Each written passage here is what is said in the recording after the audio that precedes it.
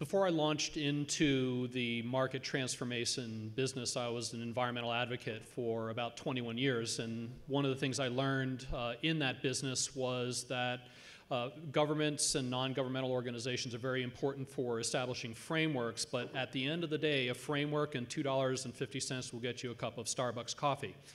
And so at the end of the day, it's about implementation. That's where the private sector is, which is why I decided to jump into the sea, as we say in China. But when figuring out how to transform markets, it's really important to ask the right question, because otherwise the answers you're going to get are not going to solve your problem. So just how many people are here because they're concerned about saving the planet? Please raise your hand. Okay. You can all go home. Okay. Planet does not need you. Okay? Understand something. The planet has been around for 4.5 billion years. A planetoid the size of Mars hit it. That's what turned into the moon. We have supervolcanoes, asteroids, you name it. Any number of disasters have befallen this planet before we got here. Okay? So, issue number one, it's not about the planet. Okay? If we looked at our current situation as a business, okay? Planet Co, okay, the business of the planet, okay? What is the currency of that business? It's chemistry, it's biology, and it's physics, okay? Now, if Human Inc. were a wholly owned subsidiary of Planet Co, and you look at the business of the planet, which is growing and supporting life, for 4.5 billion years, that's what it's done. And you look at what we do with our economics, our politics, our habits. How do we contribute to the bottom line of the planet? And the short answer is we don't. Okay? So the disappearance of species that Dr. Allman talked about is a tragedy, but it's a fact of life on Earth. Okay? So it's really, us being a cause of that is a moral issue. But again, species come and go. In fact, far less than 1% of all the species on the planet that have ever existed are still around today in some form or another.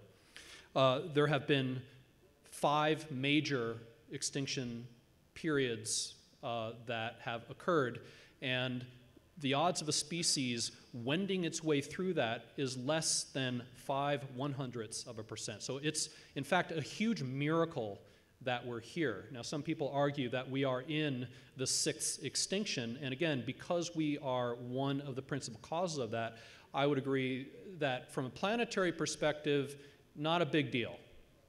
But from a human moral perspective, the only species that's conscious, the only species that has foresight, and we are doing this.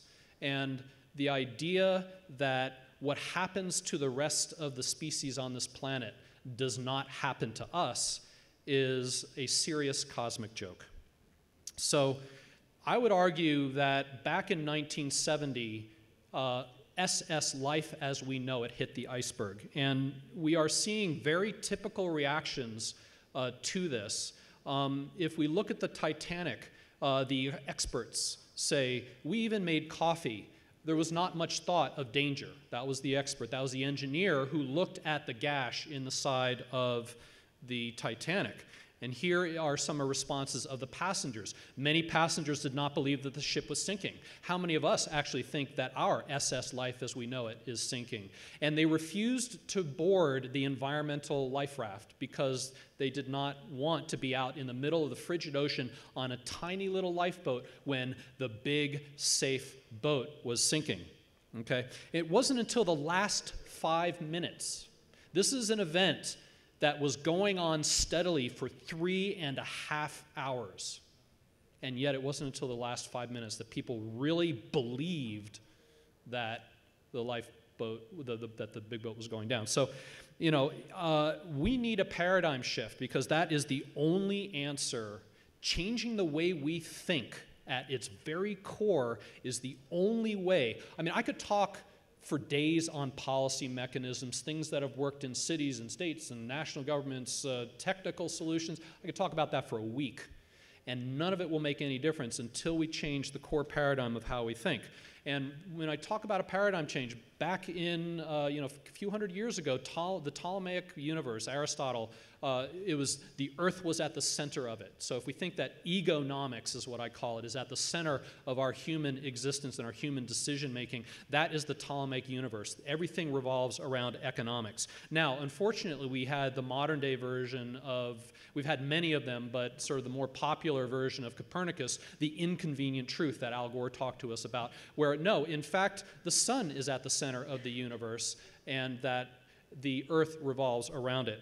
Now, we have seen during this transition, the 200 years it took people to go from the Ptolemaic universe to the concept of the Copernican universe, took 200 years, and there were many forms of sort of trying to justify that the Earth was still at the center. Tycho Brahe was probably the most famous one, and if you can sort of see, there's a lot of dipsy-doodles between all of the planets that were trying to fit the paradigm of the sun, the Earth at the center, yet at the same time explaining the movement of the planets. And again, I would argue that this is pricing carbon, this is externality adders, this is Kyoto, none of this is going to work because egonomics at its center, this 18th century conception of Adam Smith, separates the impact of the transaction from the transaction itself. So until there is no separation, until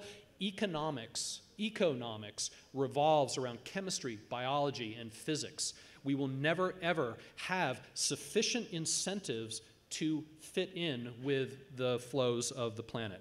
So if we were to look objectively at powering our world, we have a finite, limited, found in limited location, uneven distribution, dirty fuel source that's dangerous to extract. We would say, that's not a good thing. And yet, when we compare it to an inexhaustible resource that is found everywhere, and it's much more evenly distributed, it's clean, and it's safe, well, objectively, which one would we say is cheaper? Okay? We would obviously take the right-hand column and say objectively that's the cheaper resource. But the sun, we can't possibly put that into place because it's too expensive. Okay, now, objectively, I have a $20 bill in this hand, I have a $1 bill in this hand. Objectively, can anybody tell me why this is worth 20 times this? Objectively, we like twos a lot, or the two has one, the 2 and the 0 have 2 extra things. Okay, is there any objective reason why this is worth 20 times this? The short answer is no. It's the way we think. It's all about changing the way we think. And so what we want to do is make this coal and this solar, and all of a sudden the need for incentives goes away. Economics, the right thing that solves our planet, our species' existence on this planet, is automatically the most profitable thing to do. So then we don't have to worry about it. We don't have to charge $5 a bag for a thing, because we will naturally, as part of our day-to-day business, do it. Why should we have to justify economically anything that makes us survive on the planet? Okay. So anyway, in the battle between chemistry, biology, physics, economics, politics, and habit, it's obvious which one is going to win. It's our choice to integrate with nature, not an accident. So we have to do it ourselves. And again, if we're wrong and, okay, so I'm going to stop there. We can talk about this later. I'll leave this up.